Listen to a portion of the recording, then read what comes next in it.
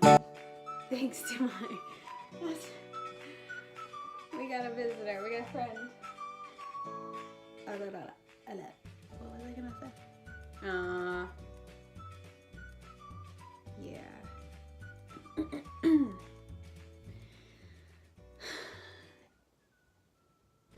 Hi guys, I am back and better than ever. I know, I'm just kidding. I'm just really happy because I have officially finished my first year of hygiene school. Whoop, whoop. Anyway, and I am here to give you guys an update on how it went, answer a couple of maybe frequently asked questions that I've been getting in the comments, and just talk to you about what's to come next in my program and where else I'd like my channel to go, that kind of thing. There may be a couple of appearances from my dogs here and there. I don't think that you can see them right now, but they'll probably pop up. And so yeah, this might be a little bit of a long video, but is that really a surprise with how long my videos usually are? I don't know. And I'm really sorry that I haven't been posting like I said I would. I know I failed at that New Year's resolution big time, didn't I? But I just have this thing where I have so many ideas about videos that I want to post and things I want to talk about, or like, you know, just posting, answering your questions and stuff. But I just have this thing where if it's not done well, or if I don't have the time to sit down and do it well, or like the right lighting or the right camera or the proper editing skills, which are severely lacking, then I kind of just, I don't feel like it's good enough to share. And I have to get over that because I'm just starting, and a goal of mine is really to make my channel grow. Like, I really would love to be a bigger influencer or a larger YouTuber, get a larger following, that kind of thing. So anyway, sit tight. I got my messy bun here because even when school is done, I still don't want to take the time to wash my hair. Got my messy bun, got some coffee. Yes, take a look at that mug. Coffee first always. Is that backwards? In real life when you watch the video? I don't even know. So okay, sit back, grab a drink, and let's get talking about stuff, life. Okay, so first things first is right now it is Thursday, May the 3rd, I think. I officially finished my last exam of first year on Tuesday, the 1st of May, and all my exams went pretty well. I had, I think, like 9 finals, something ridiculous like that, and they all went pretty well. I'm still waiting on a couple of marks, but none that I'm really worried about or anything. I got back the ones that I was worried about, and I passed, so it's okay. My marks aren't fantastic. You know, it's not that I didn't try to get good marks. I just didn't really concern myself with being stressed out about getting good marks. I just don't think that getting fantastic marks is as important as concentrating on, you know, really learning the material or concentrating on clinical stuff. Like, I'm doing really well on the clinical side of things. When it comes to marks, my marks are the best in my clinical hands-on sort of courses. And to me, I think that's what matters the most. And I didn't want to be stressed out. Like, the program's already so stressful and there's already so much to worry about, so much to do, that I didn't want to be more stressed out, more concerned with getting good, excellent grades. The pass mark in my program for every test or course or whatever is 65.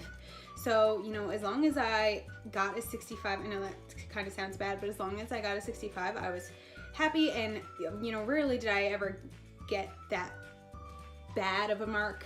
I usually aimed for like 70, 75, but the majority of my marks stand, you know, between 75 and 85, and I have, you know, a couple of my 90s and stuff in the easier courses or the, sorry, that's my dog crying. He's just whining. I don't know if you can see his little ears there.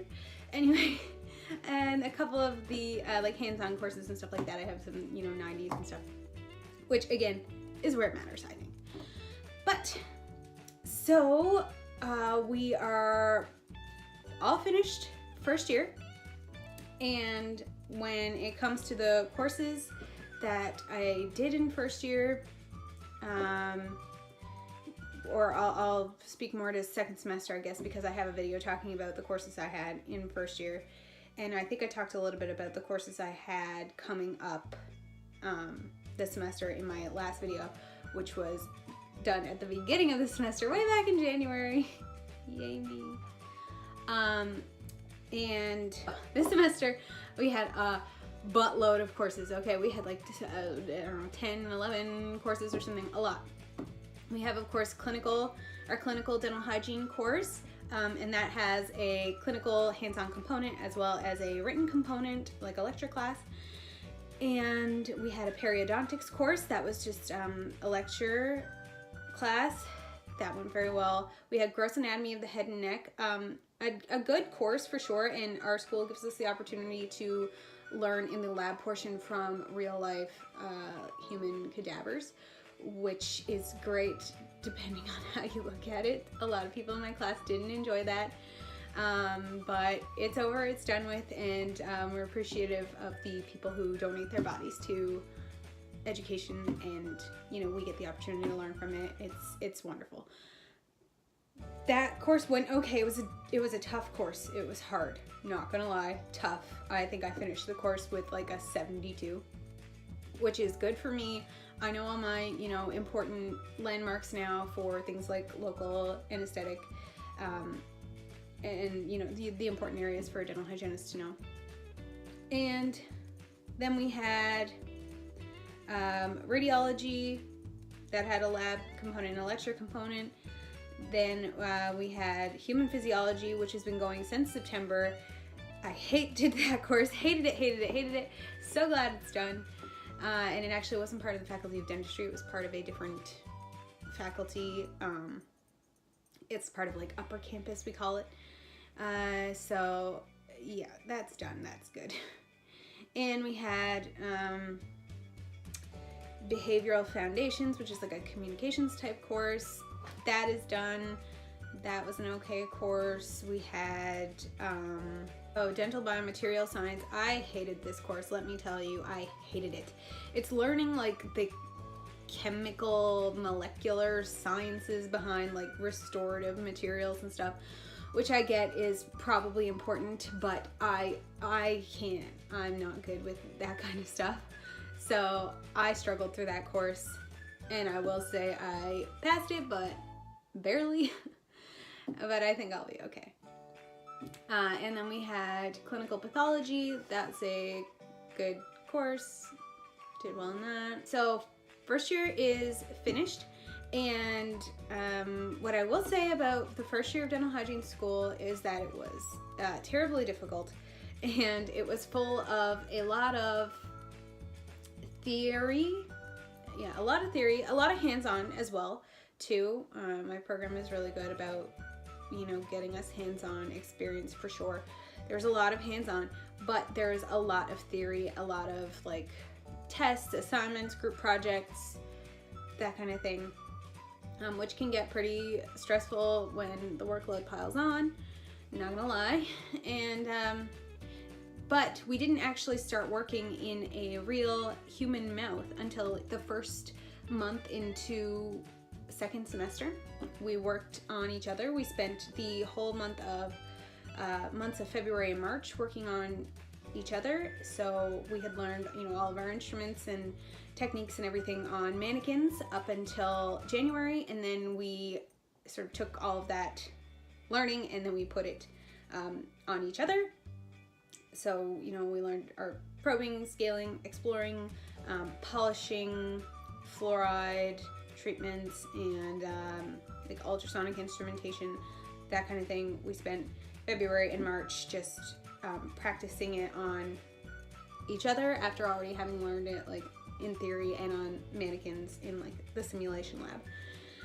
And my school has a fully functioning dental clinic because the school also has a dentistry program. So we have the dental clinic, and we spent all of our time there in February and March practicing on each other, and then we started seeing our first patients on April the 2nd.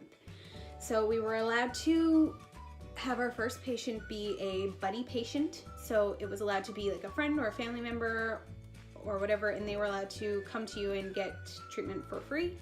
I brought in my fiance Shane, and that was super fun. It took us 4 2.5-hour appointments to get him done, but that was because he had obviously never been there before, so we needed to do, you know, all of his hard tissue charting, soft tissue charting, and fill out like his medical history and all that stuff. And then of course it was my first time doing full debridement on anyone.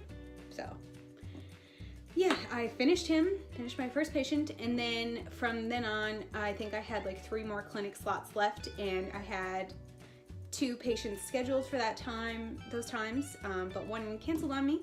I did end up seeing 1 real patient before the end of the semester, just for his first appointment, which didn't really include a whole lot. We got through some just soft tissue charting. We kind of just have to update that because he's already had an exam by a dental student this year.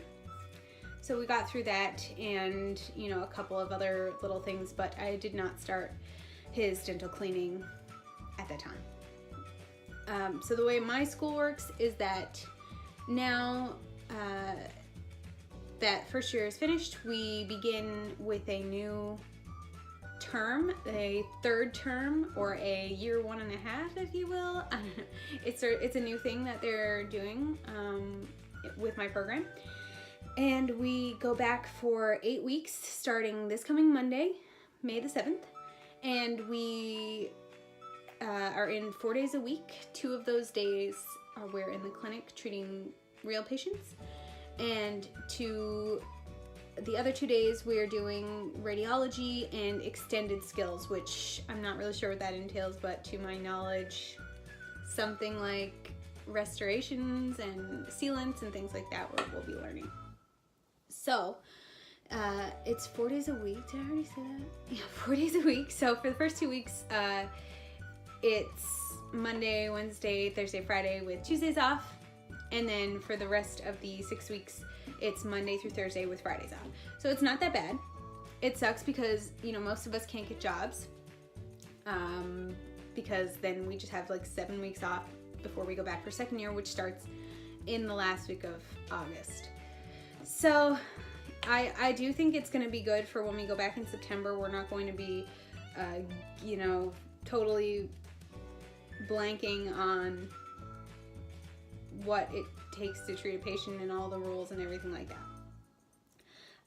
So I'm looking forward to that. I'm hoping to be able to do more things social media wise in this next 8 weeks, because I will have time. There won't be a lot of tests or anything, I'm told, or assignments. It's just going to be, we have, you know, the 2 days a week of treating patients. So I have 4 appointment slots a week to see patients, and then the other days we're, you know, doing still more lab stuff. I think there's a couple of assignments, but other than that, nothing too much to do after school sort of thing.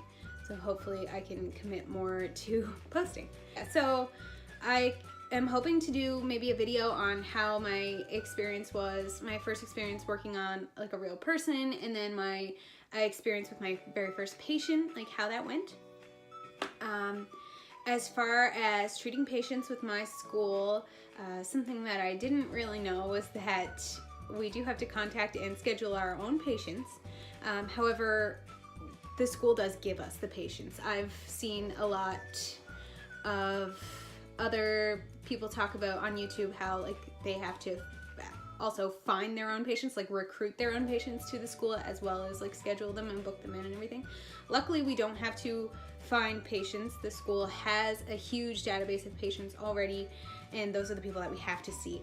It's just that they give us, you know, a group of people, a family of patients, and we have to contact them and get them in. So sometimes that can be really stressful. I know for me it is, because I sort of hate inconveniencing people, if you will, or like calling people out of the blue, and it's rough for me, but I've been doing it. It's been okay. And I was going to address a couple more questions that I keep getting in the comments. So one of them was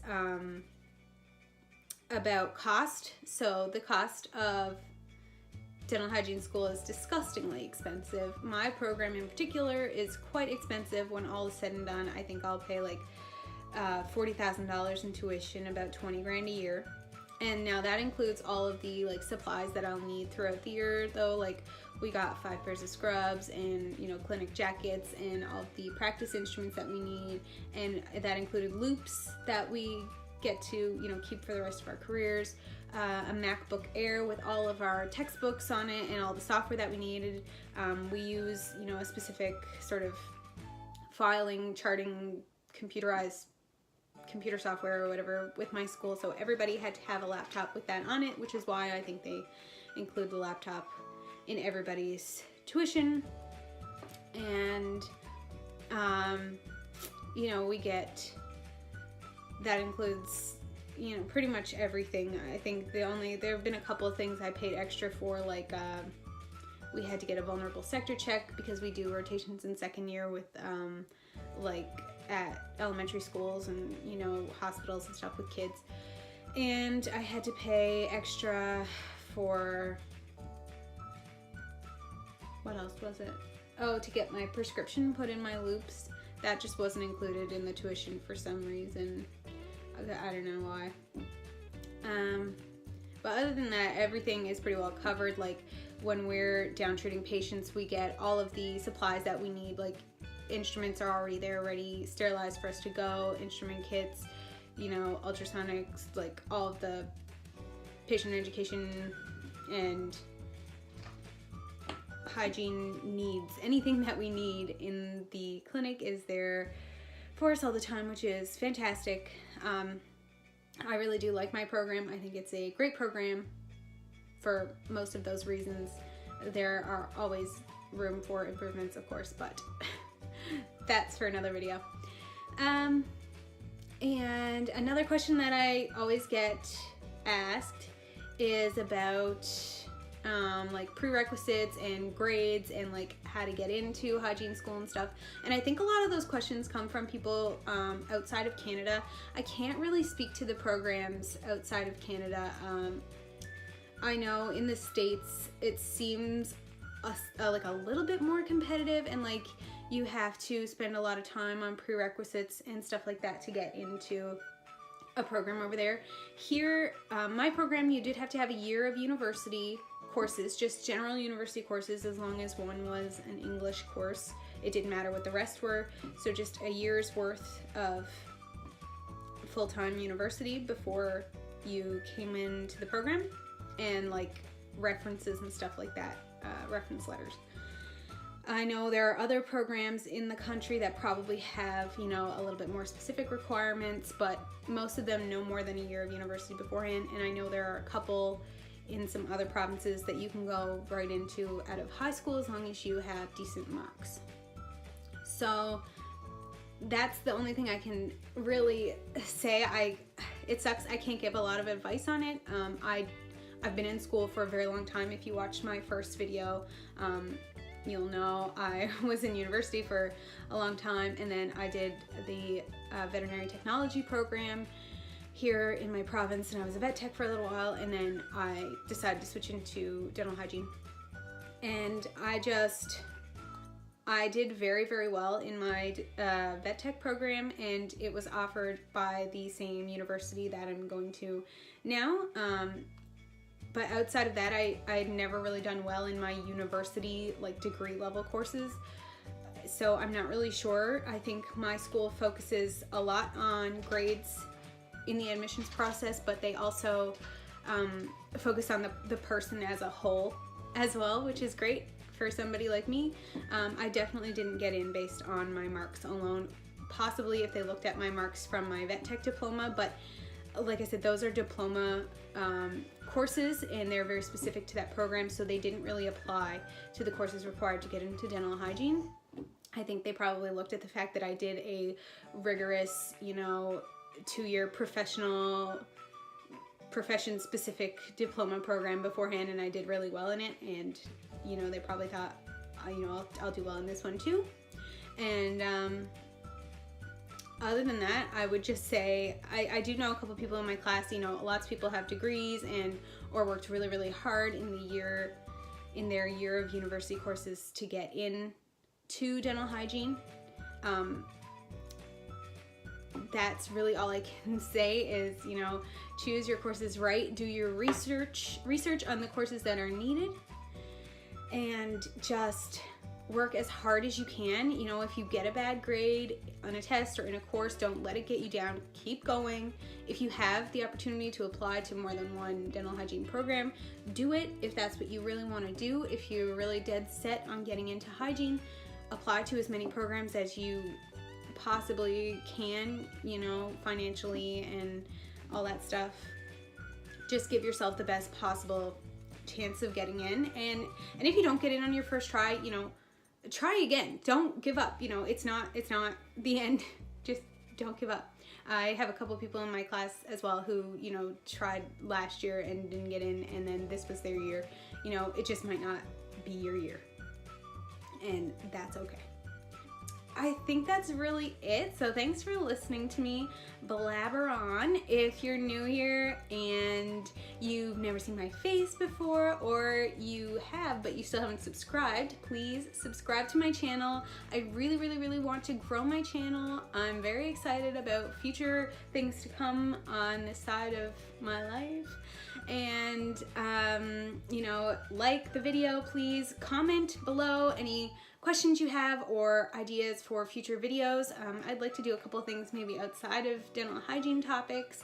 And I did a thing today and I got Instagram, so I'll figure out how to tell you guys somewhere around here where to follow me, but go follow me on Instagram. You get to see more of my everyday life over there once I figure out more how to use it. And yeah, thank you guys so much for subscribing, liking, commenting, and I'll be back with more. So I hope you're having a wonderful day. Bye.